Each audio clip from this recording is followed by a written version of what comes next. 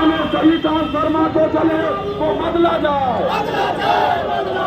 किसान मजदूरों का कर्जा माफ किया जाए, किसानों का कर्जा माफ करो, गरीब मजदूरों को बिजली का मुफ्त देना होगा, गरीब किसान मजदूरों को बिजली मुफ्त देना होगा, नवादा में बढ़ते अपराध को रोकना होगा, नवादा में बढ़ते अपराध को रोकना होगा। अब माननीय जिला पदाधिकारी महोदय के यहाँ एक स्मारक पत्र देंगे, उनका नाम होगा, वो साथ चलेंगे और बकिए का चरण चलता रहेगा और कुछ लोग बैठे रहेंगे और स्मारक पत्र डीएम से मिलेंगे और डीएम से यहाँ स्मारक पत्र देने के लिए राजेंद्र प्रसाद जिलाध्यक्ष, गुरुदेव कुशवाहा प्रदेश उपाध्यक्ष, दिनेश गुप्ता प्रकोष्ठ जिलाध्यक्ष, व्यवसाय प्रकोष्ठ के जिलाध्यक्ष, विनय कुशवाहा प्रदेश सचिव, कुमकुम पासवान जिला युवा अध्यक्ष, उमाशंकर प्रदेश सचिव, ये 6 आदमी हम लोग जिला पदाधिकारी महोदय के यहाँ स्मारक पत्र देंगे और अपनी राष्ट्रीय लोक जनता का जो अथी होगा वो बताएंगे।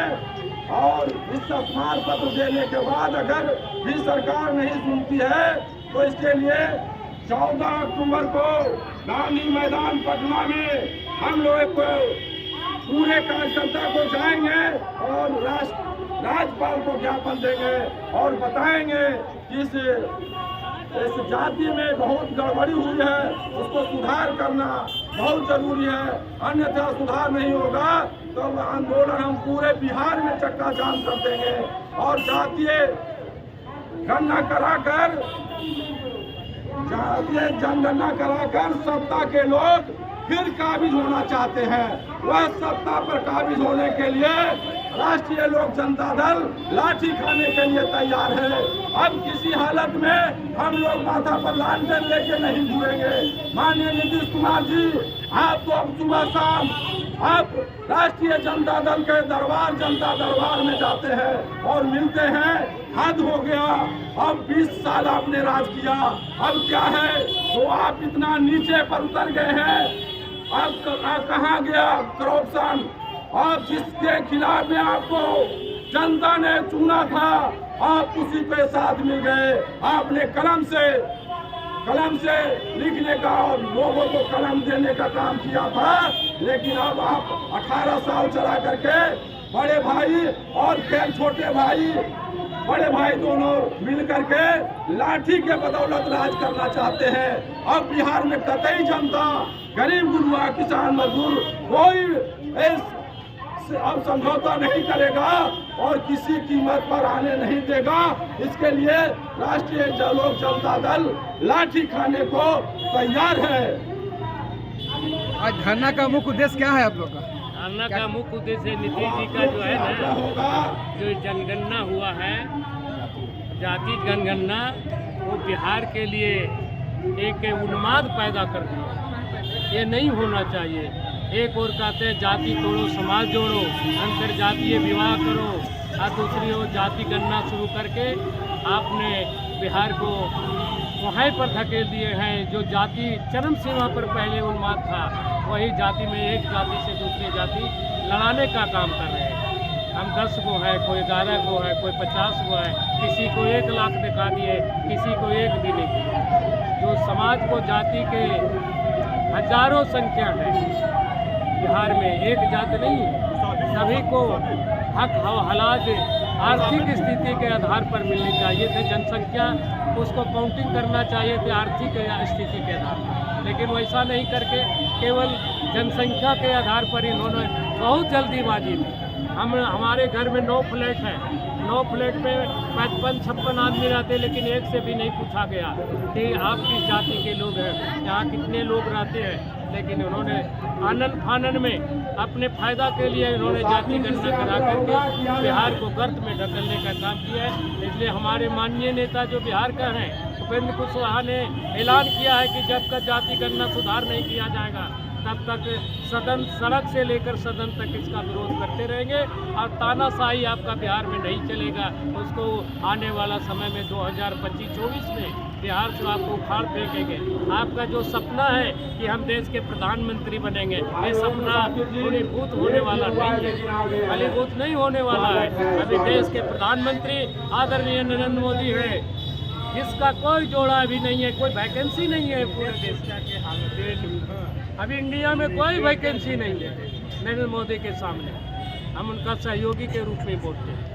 इसलिए आज हम लोग धरना के माध्यम से नीतीश कुमार को बताना चाहते हैं कि आपने जो गलत किया है इसका परिणाम 2024 में देखिएगा। जो जनता बनाना जानती है वो बिगाड़ना वह जानती है, इसमें कहीं दो मत नहीं है।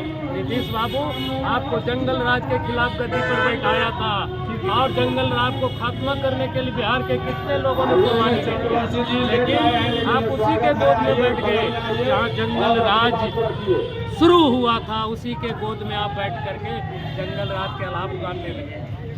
क्या नाम हुआ आपका? आपको अब नहीं चलने वाला है। क्या मांग है धरना में? आप लोग धरना में डटे हुए हैं। ये जो बिहार सरकार के द्वारा जाति जनगणना जो हुआ था वो पूर्ण रूप से स्वच्छ नहीं की है। हिंसा और सैतिनदाह के आधार पर इसको लागू किया है। किसी जात विशेष को टारगेट बनाकर ये जाति जनगणना में तोड़ मरोड़ को पेश किया, जिसकी संख्या 1911 में जाति जनगणना में 1931 में जनगणना जो हुआ था वो 11% जिस जाति का जनसंख्या था उसको आज घटा के 4% ला। ऐसे किसे हो गया? ये एक होता ना, शौकीन होता ना कि उसको क्रश करना है, किसी को हमको पीछे ले जाना है, तो आम जनता को पीछे करेगा कि आप व्यक्ति से पीछे होगा। जनता जिसको आगे कर रहा है और ये श्रेय ले रहे हैं कि इंडिया का कोई श्रेय नहीं है। तो ये जो जाति जनगणना का जब काम शुरू हुआ था तो इंडिया गठबंधन में जब था तब ये लागू किया गया, इसलिए इसमें इंडिया का ही सहयोग है जाति। किंतु ये माननीय मुख्यमंत्री जी जाति विशेष का टारगेट बना करके ये लागू किया। और आगे क्या क्या रणनीति है सर? क्या करना होगा इसके बाद? सरकार का बहुत गलत नीति है। आप देखिए कि 10 विभाग ऐसा है जो 2 आदमी के पास और उसका 50% बजट जो है 2 लोगों के पास। ये बहुत गलत नीति और इसमें सर्वे में बहुत त्रुटि है। सब जात को जो नीचे किया गया और ये क्षणिक लाभ के लिए किया गया। ये नीतीश कुमार का लास्ट प्रोपेगेंडा, इसको मोहरा बनाना चाहता जाति गणना है, जो ये चलने वाला नहीं। हम लोग पुरजोर विरोध कर रहे हैं। हम लोग मेरे नेता आदरणीय उपेंद्र कुशवाहा जी के नेतृत्व में आज भी धरना पर बैठे हैं और 24 तारीख को राजबंदी मार्च है। इसके पुरजोर व्यवहार करेंगे जब तक जाति जनगणना सही सरकार नहीं कर लेती। और अभी नीतीश कुमार 5 से सीट ज़्यादा जाने वाले नहीं। इनका मीडिया उम्मीद करे एक भी कुशवाहा इनको वोट देने नहीं जाए, ये मेरा आज अब अभी संचालन जो माननीय नरेंद्र कुशवाहा जी कर रहे थे और मंच का संचालन ताजभर माननीय मुसाफिर कुशवाहा जी जो हिस्सा के नेता हैं, वरिष्ठ नेता हैं, वो संचालन करेंगे। और तब कुछ ही बाद हम लोग डीएम के यहाँ स्मारक पत्र देने जाएंगे। उनका नाम और उमेश जी वो नहीं बोले हैं और जो कुछ गाना गाना चाहते हैं वो गाना गाएं। और तब तक हम लोग आते हैं और एक स्मारक पत्र में रानी पांडे का नाम छूट गया है, गलती से प्रकोष्ठ के जिलाध्यक्ष हैं। मैं रानी पांडे को भी स्मारक पत्र के लिए साथ जाना है। चलिए।